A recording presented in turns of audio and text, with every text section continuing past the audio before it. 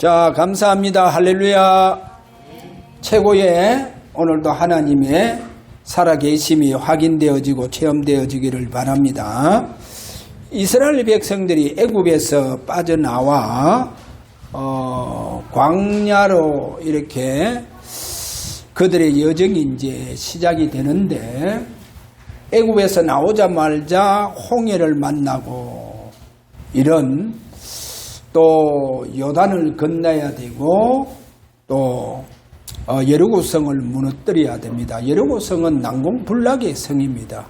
그래서 어떠한 인간의 도구로 가지고, 그 당시 무기를 가지고 무너뜨릴 수 없는 그런 성이다, 이래 보면 됩니다. 어떻든 이스라엘 백성들에게 그 여정 속에서 절대 불가능한 사건을 만납니다. 그러면 절대 불가능한 사건을 만나니까 얼마나 절망적이겠습니까? 그렇게 완전히 절망적인 이런 사건을 만납니다. 그러면 여기에 절대적 불가능한 사건 속에 오실 메시아의 그림자가 들어 있습니다. 그래, 이 부분을 우리가 오늘 잘 잡아야 됩니다. 절대적 그 불가능한 속에 오실 메시아의 그림자가 있다는 거. 그 다음에 또, 그러면 그 절대적 불가능한 속에 하나님의 절대적 계획이 있다는 겁니다. 이 절대적 하나님의 계획, 요 두 가지가요, 오늘 그대로 저와 여러분에게 또 우리 주사랑교회 응답이 되어지기를 바랍니다. 자, 그래, 그 그림자, 그래, 오실 메시아의 그 그림자를 잘 잡아야 됩니다. 분명히 이스라엘 백성들은요, 지금 광야를 통과하는데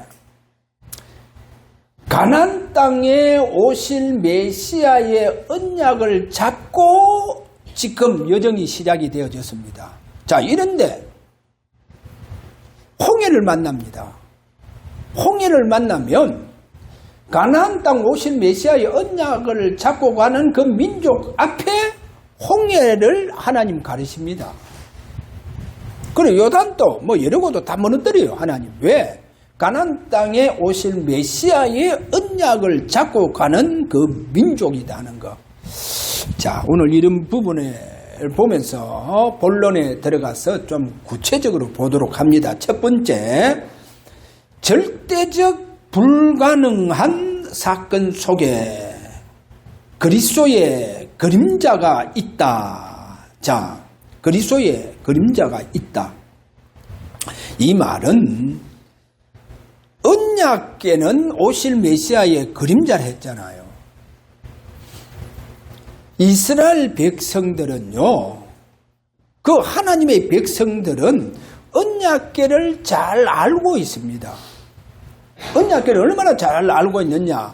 하나님께서 그 언약궤 뚜껑에 임재하셔서 모세를 만나 주시고, 그 모세를 통해서 하나님께서는 우리에게 언약의 말씀을 우리에게 전달해 주셨다는 거. 그리고 이스라엘 백성은 그거를 잘 알아요. 하나님은 그 성막 안에 지성소에, 그 지성소에 안에 있는 언약궤에 임재를 하신다는 것을 알고 계세요. 그래, 거기에 임재하셔서 모세를 만나 주신다는 거. 이스라엘 백성들 잘 알아요. 그래, 이 언약이 약화될 뿐만 안 됩니다. 그러면 하나님은요, 이스라엘 민족 지금 가는 여정 속에 그 언약궤를 통해서 오실 메시아의 그림자가 약화되지 않도록 하십니다. 오실 메시아의 그 언약이 약화되지 않도록 해요. 그 언약이 약화되면 안 됩니다. 약화되면 안 돼요. 자, 분명히 그 언약이, 그 그림자가 약화되면 안 된다. 그래서 왜 그러냐? 그 언약궤의 실체가 바로 예수 그리스도다라고 하는 이 부분이 구약 때부터 언약궤를 통해서 설명이 되어져서 갑니다. 자, 오늘 그 부분. 그래서 두 번째에 그림자를 잡을 때 절대적 가능한 역사가 일어난다는 거. 절대적 불가능한 속에 뭐가 들어있다 했습니까? 오실 메시아의 그림자가 있다. 그래서 이 그림자를 잡을 때, 절대적 불가능한 사건이 완전히 절대적 가능케 되어져 본다는 거예요. 절대적 가능케 되어지는 응답이 일어난다는 겁니다. 자, 보세요. 그러면 거기에 첫 번째로 가서 여호수아 3장 1절에서 13절, 이제 여호수아와 함께, 지도자 여호수아와 함께 요단을 건너서 이제 가야 됩니다. 그래, 요단을 지금 건너서 가야 되는데 여기에 이렇게 말씀합니다.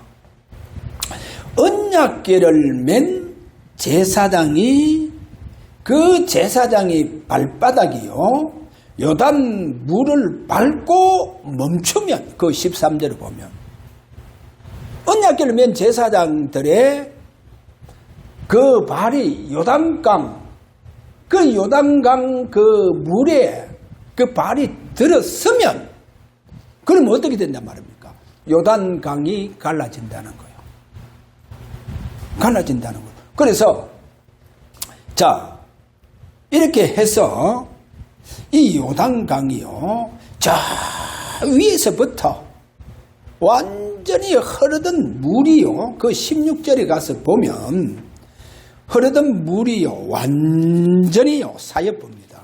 이렇게 말하죠. 제가 한번 읽어드릴게요. 자, 여기 보면 16, 15절, 요단이 곡식 거두는 시기에는 항상 언덕에, 자, 이 요단강 물이 철철철철 넘칩니다. 이렇게요 범람하죠. 자, 이때 궤를 맨 자들이 요단에 이르며, 궤를 맨 제사장들의 발이 물가에 잠기자 곧 위에서부터 흘러내리던 물이 거쳐서 사르단에 가까운 매우 멀리 있는 아담 성읍 벤두리에 일어나 한 곳에 쌓이고 아라바의 바다 여매로 향하여 흘러가는 물은 온전히 끊어지매 백성이 여리고 앞으로 바로 건너세. 그리고 이제 여리고 앞으로 바로 건너가는 이런 요단강 물이 갈라지는 역사가 오늘 여기에 일어나는 것을 보여주고 있습니다. 자, 이렇게 생각하면 됩니다. 여기에 제사장, 언약궤를 맨 제사장입니다. 언약궤를 맨 제사장. 그 제사장들의 발이 요단 물가에 섰을 때 갈라져 보잖아요. 그 말이 뭐요? 이 말이 뭡니까? 언약궤는 뭡니까? 하나님의 임재를 상징한다 하잖아요. 그러니까 언약궤는 맨 제사장 발이 어디에요? 요단강에 들어서보니까 하나님의 어디에 임재해봅니까? 언약궤에 임재해보는 거예요. 하나님 언약궤에 임재해본다니까. 그러니까 임재하니까 막 완전히 다 갈라지잖아요. 여러분, 우사가 왜 죽습니까? 낙원 타당 마당에, 거기 이제 물론 다윗이 그 이방인 방법을 썼죠.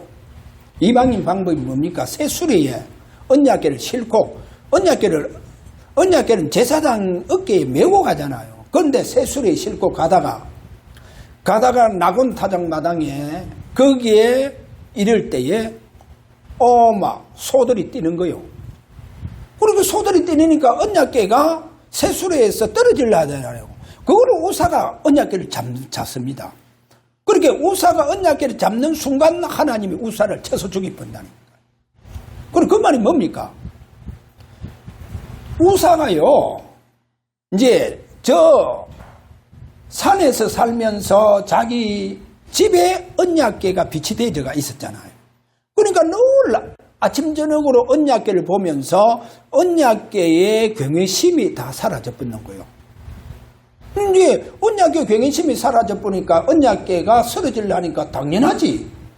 그렇게 잡으니까 하나님 우사를 쳐주기 보잖아요. 그거는 뭡니까? 소가 뛸 때 우사가 잡을 때 하나님 임재해 보는 거예요. 그래 임재하니까 막 우사가 거기에서 죽는 거예요. 왜냐? 여러분 언약궤를 통해서 모세가 하나님을 만난다니까요. 모세가 하나님 바로 만나면 죽어요. 언약궤를 통해서 만난다니까요. 이것을 이스라엘 백성은 잘 알아요. 그래서 이스라엘 백성들이 요단강 건너면서 언약궤의 하나님의 임재를 확인하는 거예요. 할렐루야. 그렇잖아요. 하나님 임재를 확인합니다. 그래서 뭐를 말하고 있습니까? 분명히 요단강이요 물이 막 범람했다니까요. 못 건너요. 건널 수 없습니다. 그 절대적 불가능한 속에 언약궤는 뭐라 했습니까? 오실 메시아의 그림자다. 그래 그 그림자를 잡는 순간 역사가 일어납니다. 그렇게 그 절대적 불가능한 속에 뭐가 있습니까? 분명히 그리스도 메시아의 그림자가 들어가 있는 거예요. 여러분 이거를 찾고 이거를 확인하고 오늘도 이 부분이 우리에게 발견되어져야 됩니다. 할렐루야. 하나님이 언약궤에 임재를 하시니까 하나님의 그 재창조의 창조적인 능력의 역사가 일어나 보잖아요. 자 이렇게 일어나서 갈라져 보는 거예요. 그 다음에 또 두 번째 여호수아 6장 거기 가서 보면 4절과 6절 여기서 보면 여리고 성을 무너뜨릴 때 어떤 방법으로 무너뜨리냐는 거예요. 우리가 요단강을 이렇게 해서 하나님 임재의 역사로 무너지구나. 언약궤에 하나님 임재하시구나 해서 하나님의 그 놀라우신 능력을 확인했다고 하면 그러면 여리고 그 난공불락의 성 그 성 어느 정도 난공불락의 성이냐? 성곽의 두께가요. 여러분 그 두께가 얼마나 두꺼우냐? 그 성곽 위에 거기 보면 마차가요. 보통 거기 막 다니는 그만큼 두꺼운 성곽을 가지고 있어요. 그러니까 어떻게 보면 물리적 힘으로 가지고 무너뜨릴 수 없는 난공불락의 성. 이 여리고 성이요.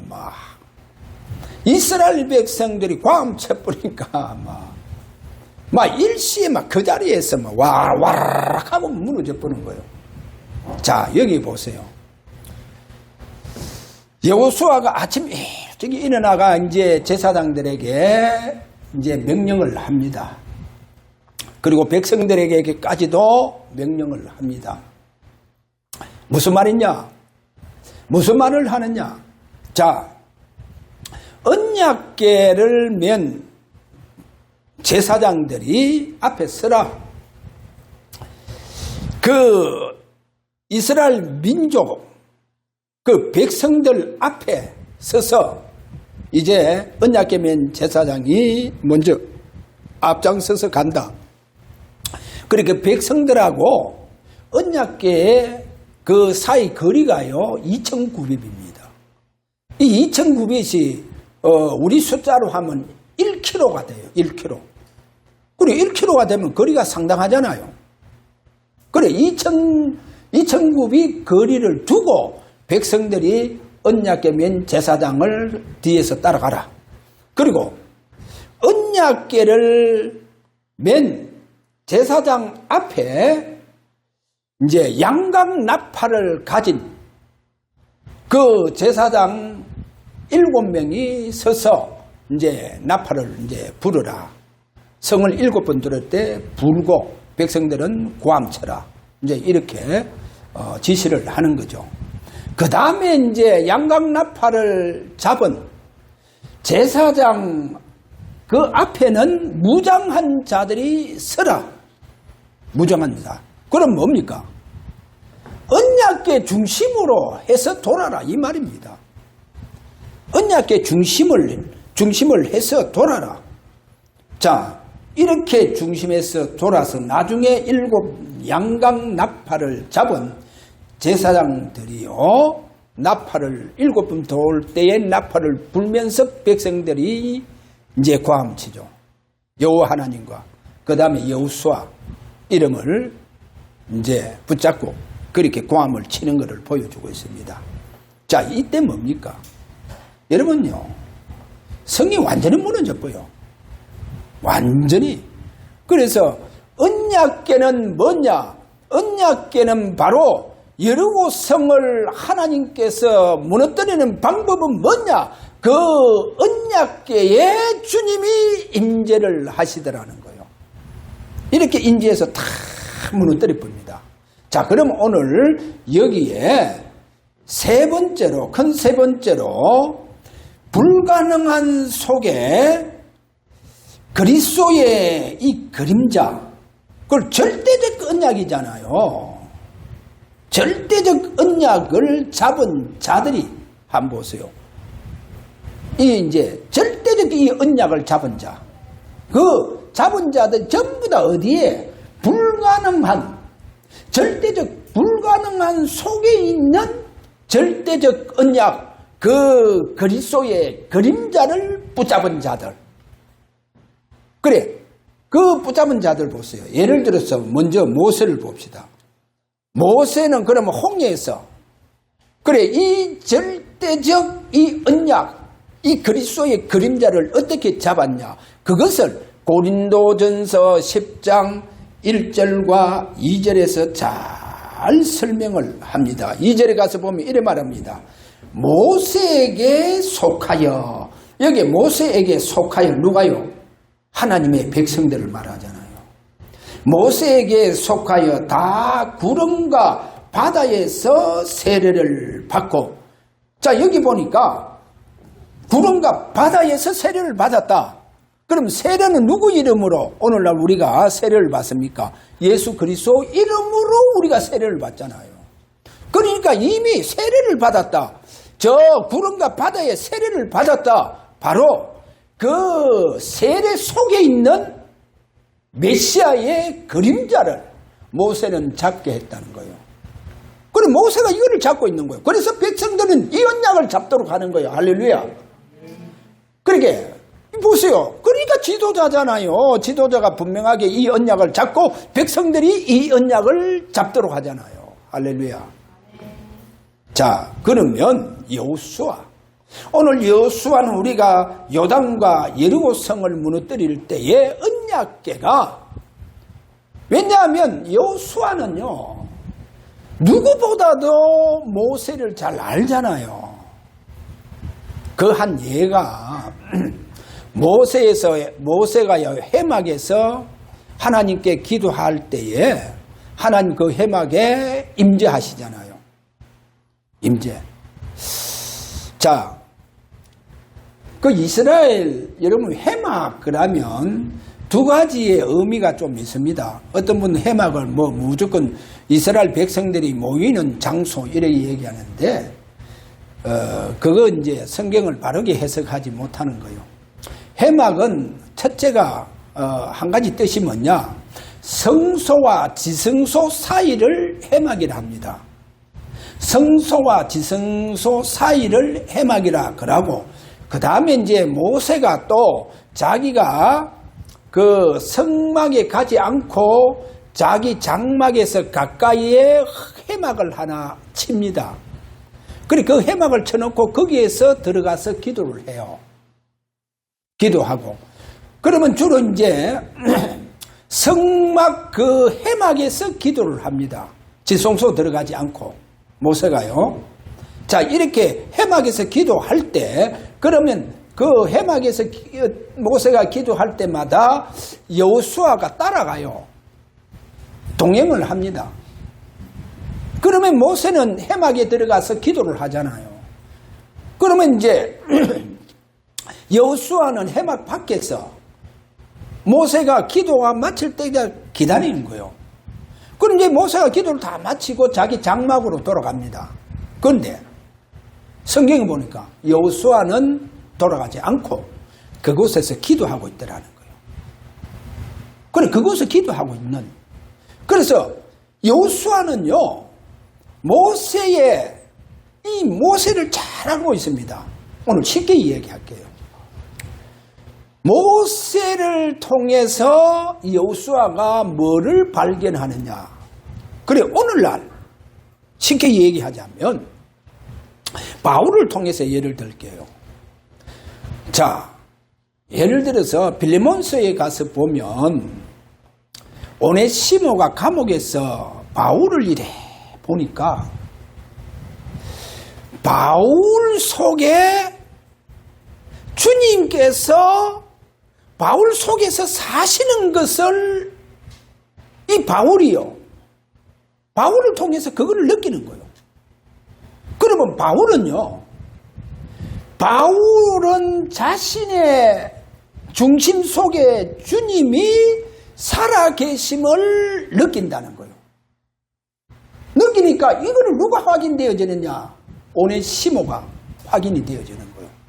그러니까 오네시모에게 얼마나 큰 변화가 오느냐는 거예요.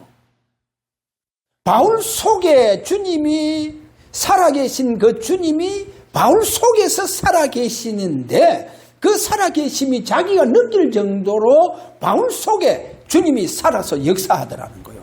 그래, 이게 확인되어지니까 오네시모가 감옥에서 완전히 큰 변화가 일어나는 거예요. 그래서 그 오네시모는 주인집에서 도망한 노예입니다. 그래서 잡혀서 감옥에 갔는데 바울을 만나면서 바울 속에 계시는 주님이 살아서 역사하시는 그 느낌을 확인하고 체험하는 순간 이 오네시모에게 큰 변화가 일어나는데 나중에 후일에 이 오네시모가 한 지역의 감독자가 되어지는 역사가 일어났다는 겁니다. 그러니까 지금 여호수아는 모세를 통해서 주님의 그 임재하셔서 그 모세에게 말씀하시는 그 주님, 그 여호와 하나님을 확인하고 느끼는 거예요. 할렐루야. 그러니까 이 여호수아는 지도자가 될 수밖에 없다니까요. 자, 이렇게 지도자가 돼서 요단강을 가르고 여리고를 무너뜨리더라는 거예요. 거기에 모세에게 함께 하셨던 주님이 여호수아에게도 함께하는 역사가 일어나더라는 거예요. 뭐로 가지고 보여주느냐? 언약궤를 통해서 보여주시더라는 거예요. 그럼 백성들이 다 요단강에서 언약궤에 하나님이 임재하셨다. 그러니까 완전히 하나님은 살아계신 하나님이시고 여호와 하나님은 전능하신 하나님이시다. 보세요. 할렐루야. 자, 그러면서 오늘 여기에 그러면 갈렙은요, 이 가나안 땅에 오실 메시아 그 그림자를 분명하게 잡은 사람이 바로 갈렙, 유다지파 갈렙입니다. 민수기 14장 1절에서 9절에 가서 보면 거기에 12정탐꾼을 보냈는데 10명이 전부 다 정탐을 하고 와서 백성들에게 얼마나 불신앙을 그 보고를 했는지 백성들이 밤새도록 통곡을 합니다. 이때 이제 갈렙이 나타나잖아요. 갈렙이 나타나서 그 땅은 과연 젖과 꿀이 흐르는 땅이 맞다. 우리가 다 확인했다. 다만 여호와를 거역하지 말라. 또 그 땅 백성을 두려워하지 말라 그러는 거예요.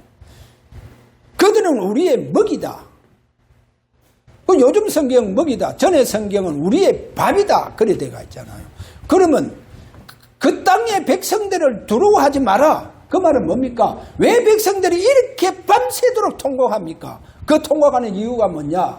그 땅에 네피림의 후손, 아낙 자손들을 봤다는 거예요. 네피림의 후손. 그 아낙 자손들이요, 장부잖아요. 장부들, 그 인족들.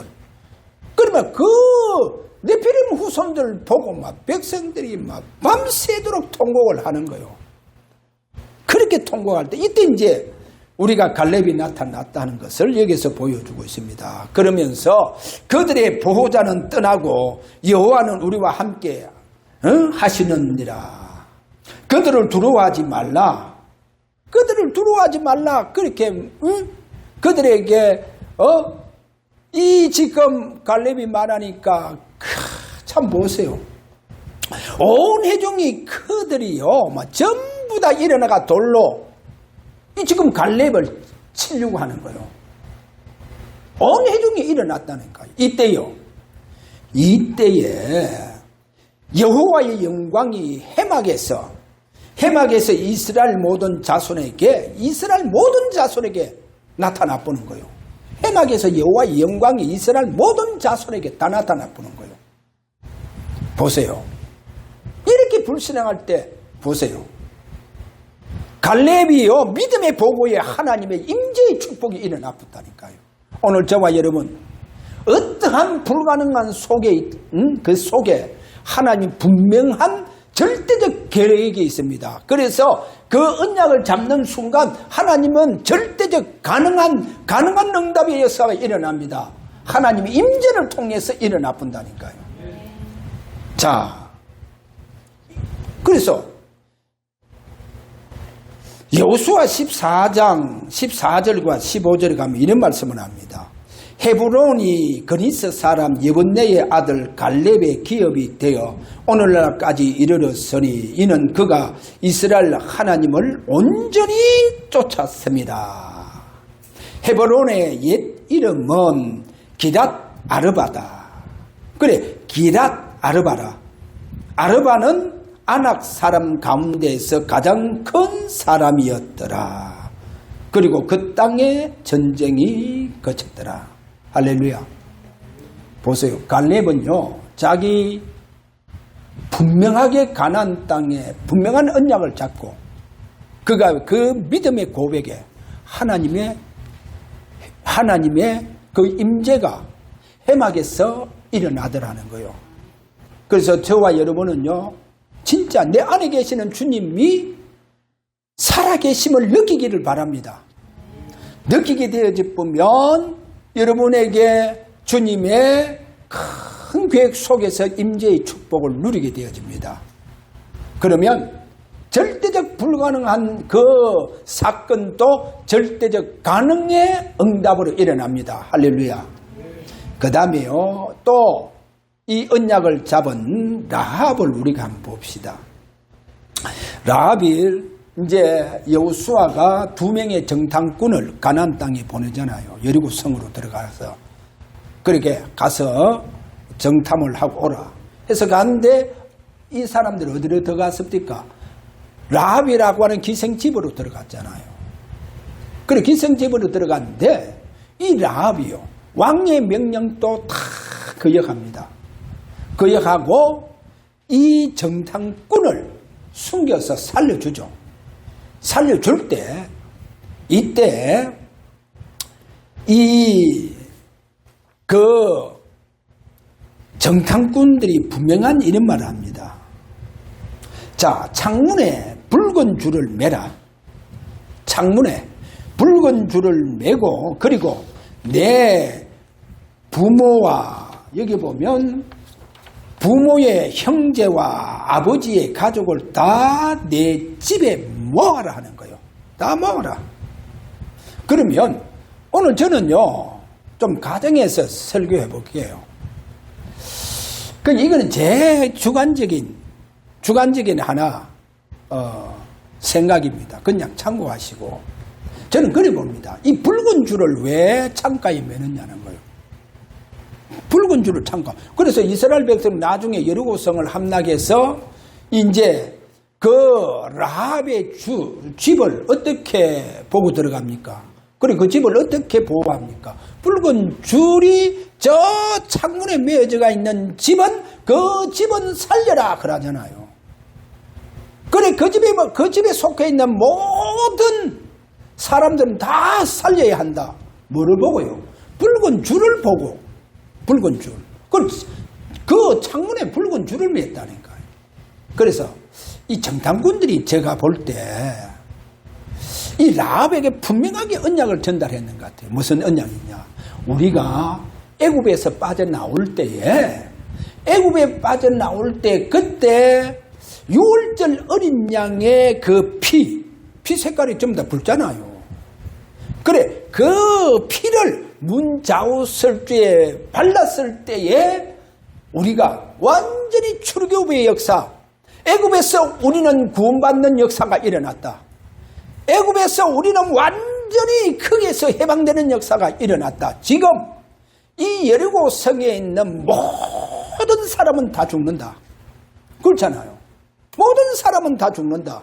그러면 그 상징적으로 6월절 어린 양의 그 피를 상징적으로 붉은 줄을 매라.